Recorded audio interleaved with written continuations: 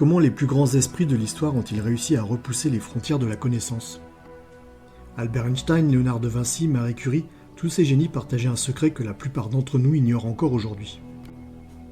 Leur véritable force résidait dans une pratique étonnamment simple mais révolutionnaire dans son approche, leur façon de prendre des notes. Les génies ont compris quelque chose de fondamental, les notes ne sont pas un simple système d'archivage.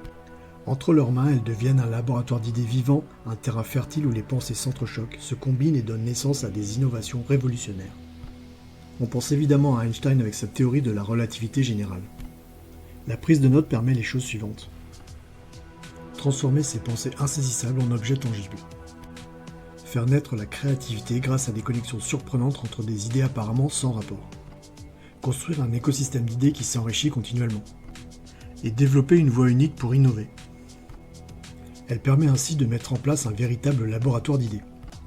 Un autre génie moins connu allait pousser ses principes encore plus loin. Son nom, Niklas Luhmann, sa production, 70 livres grâce à une méthode révolutionnaire, le Zettelkasten.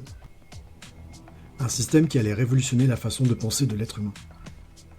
Loin d'être un système de classement, le Zettelkasten est vivant, organique, évolutif.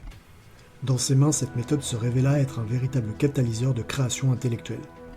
Chaque nouvelle note peut se connecter à n'importe quelle autre, créant un réseau d'idées en constante expansion. Son Zettelkasten n'était pas un simple système de stockage, mais une machine à penser.